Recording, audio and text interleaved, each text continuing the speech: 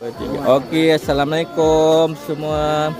Okey, hari ni Haji bersama dengan kita punya tetamu daripada Pride Tour yang join trip ke Phu Quoc, Vietnam. Okey, boleh tolong kenalkan diri? Nama saya Ros. Daripada mana tu? Johor Bahru. Pada Johor Bahru kan.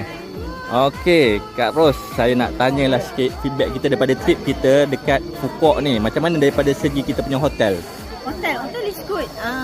Entrance dia masuk-masuk dia nampak macam eksklusif lah. Habis eksklusif. Lepas tu kita dah masuk bilik dia. Bilik macam mana?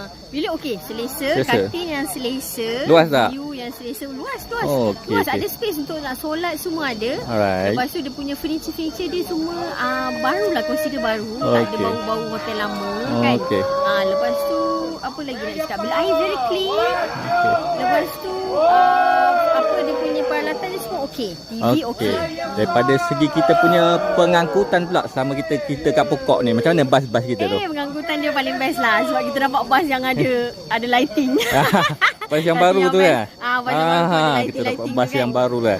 Okey. Okey, so daripada segi kita punya makanan dekat ni Phu Quoc ni macam mana? Setakat ni semua boleh dimakan dari rasa. Boleh masuk tekak lah. Mesra kanak-kanak juga. Mesra kanak-kanak. Tak semestinya dapat makanan dewasa je. Ada tetap ada makan yang untuk kanak-kanak ataupun bayi makan. Lepas tu layanan sentiasa diberi mineral water. Ada boleh take, bawa kan. Okeylah. Complete semua. Secukup rasa makannya dan sentiasa makan. Sekejap-sekejap makan Sekejap-sekejap dia jalan makan lagi. Tak sempat lapar maksudnya. Tak sempat lapar.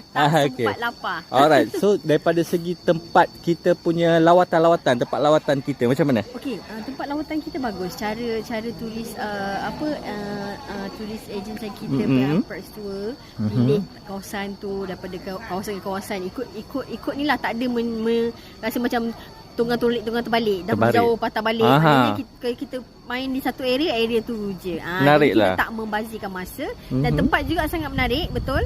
Tempat-tempat yang bawa kita dekat Phu Quoc ni banyak tempat yang lain lah kita tengok daripada Malaysia. Memang eye opening orang kata. Sesuai tak kalau bawa kanak-kanak family ke apa ke? Sangat. Saya bawa anak dan bawa stroller juga. Banyak tempat semuanya sangat tu. Anak tak tempat meragam sangat lah sebab kita tak macam terlalu lama pada sesuatu tempat. Okey, sangat sesuai timing semua okey semua okey. Kawasan apa yang you nak ni, kalau macam safari bawa stroller. Pergi naik cable car boleh bawa stroller juga. Okey, soalan yang terakhir.